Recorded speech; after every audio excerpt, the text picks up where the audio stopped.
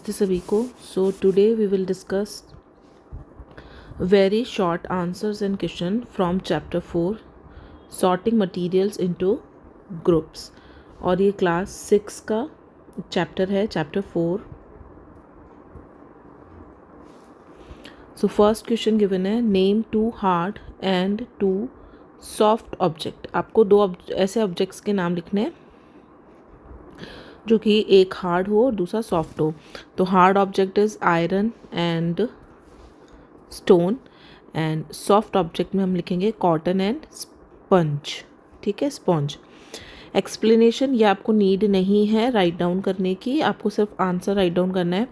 Explanation इसलिए लिखा गया है ताकि आप समझ सकें, ताकि आपके कॉन्सेप्ट्स क्लियर रहें बेसिक से ही। ठीक है, हार्ड ऑब्जेक्ट्स क्या होते हैं? रेजिस्ट स्ट्रेचिंग और कंप्रेशन, जो कि आप उनको स्ट्रेच नहीं कर सकते, कंप्रेस नहीं कर सकते, लाइक आप उसको दबा नहीं सकते हो, दबा के आप उसको छोटा नहीं कर सकते। But in case of the soft objects like cotton and sponge, इन दोनों मटेरियल्स को आप इजीली स्क्वीज़ कर सकते हो, दबा सकते हो।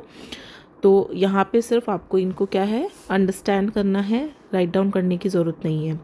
While the soft objects can be easily compressed and the scratched. Okay, now question number 2, why are gold and silver used to make jewelries? Jewellery बनाने के लिए सिल्वर और गोल्ड को ही क्यों यूज़ में लिया जाता है? Gold and silver are used to make jewellery because they are lustrous, malleable and do not corrode easily. अब ये जितने भी यहाँ पे आपके वर्ड्स आए, लिस्टीरियस, मैलेबल एंड कॉर्ड, इनका मीनिंग क्या है? तो देयर शाइनी अपीरियंस, लिस्टीरियस का मतलब होता है वो शाइनी सरफेस होती है उनकी, एंड एबिलिटी टू बी हार्म्ड इनटू थिन शीट्स। और मेलेबिलिटी का मतलब क्या होता है कि आप उनको कितना भी, अगर आप उनको हार्म करते हैं, हथौड़े से पीटते हैं, कुछ भी करते हैं, तो वो ईजीली क्या हो जाता है, टूटता नहीं है, ब्रेक नहीं होगा, वो क्या हो जाएगा, एक थिन शीट में कन्वर्ट हो जाएगा और you can make your desirable jewellery with them.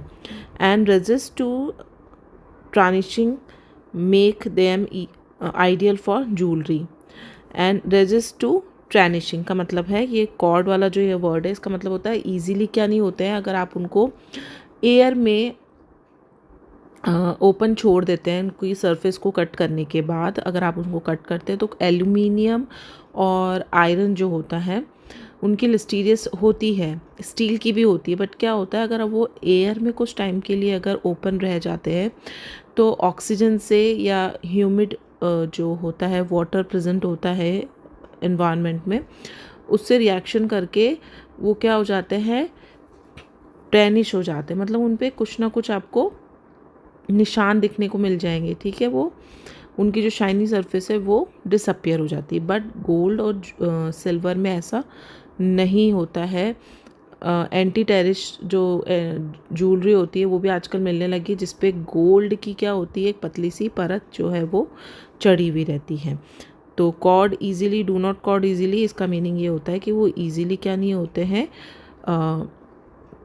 Cord नहीं होते हैं, जो एयर में ऑक्सीजन प्रेजेंट होती है उससे रिएक्शन नहीं करते हैं।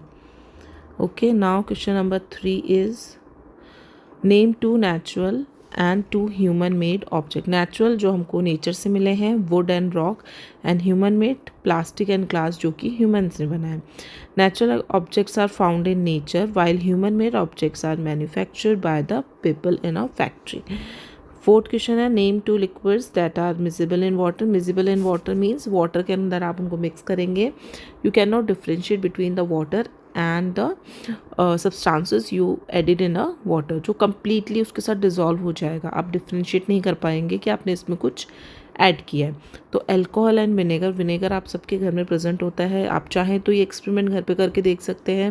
विनेगर को जब आप वाटर में डिज़ोल्व करेंगे एक, तो वो ईजिली आप डिफ्रेंशिएट नहीं कर पाएंगे कि इसमें वाटर है और विनेगर है। ठीक है, क्योंकि वो मिजिबल हो जाता है, कम्प्लीटली घुल जाता है उसके अंदर।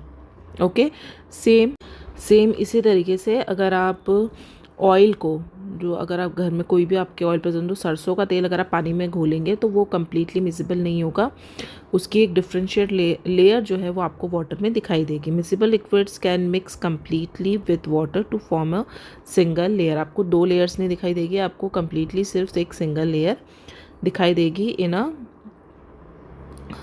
Miscible liquids. Okay, now question number 5th. What is the importance of the oxygen dissolve in the water. जो वाटर में ऑक्सीजन डिजॉल्व होती है उसकी इम्पॉर्टेंस क्या होती है. Oxygen dissolve in water is essential for the survival of aquatic plants and animal. पानी के अंदर जो पौधे और एनिमल्स रहते हैं उनको हेल्प करता है टू ब्रीथ. ओके, तो aquatic organisms use the dissolve oxygen for respiration. उनको रेस्पिरेशन के लिए हेल्प करता है डिजॉल्व ऑक्सीजन, क्योंकि वो ऑक्सीजन कहाँ प्रेजेंट है, हमारे इन्वायरमेंट में प्रेजेंट है. अब जो वाटर के अंदर प्रेजेंट हैं जो एनिमल्स और प्लांट्स, वो कैसे सर्वाइव करेंगे, कैसे रेस्पिरेशन करेंगे. ऑक्सीजन जो होती है वो वाटर में क्या होती है, डिज़ोल्व होती है. और वाटर के अंदर जो प्लांट्स होते हैं वो ऑक्सीजन बनाते हैं और वो ऑक्सीजन यूज़ लेते हैं एनिमल्स. और किस में डिज़ोल्व रहेगी वो, पानी के अंदर, वाटर के अंदर. Name the different states of matter. The different states of matter are solid, liquid and gas. और इन तीनों में डिफ्रेंशिएट क्या होता है. These states are defined by the arrangement and the movement of their constitute particles. जिन particles के वो बने होते हैं उनका अरेंजमेंट किस तरीके से है वो डिफाइन करता है कि ये सॉलिड होगा, ये गैस होगा और ये लिक्विड होगा. तो वो आप फर्दर हम जो नेक्स्ट क्वेश्चंस करेंगे, शॉर्ट क्वेश्चन आंसर्स और लॉन्ग, उसमें आपका इनका डिफ्रेंशिएट आ जाएगा. In next video we will discuss that. Thank you.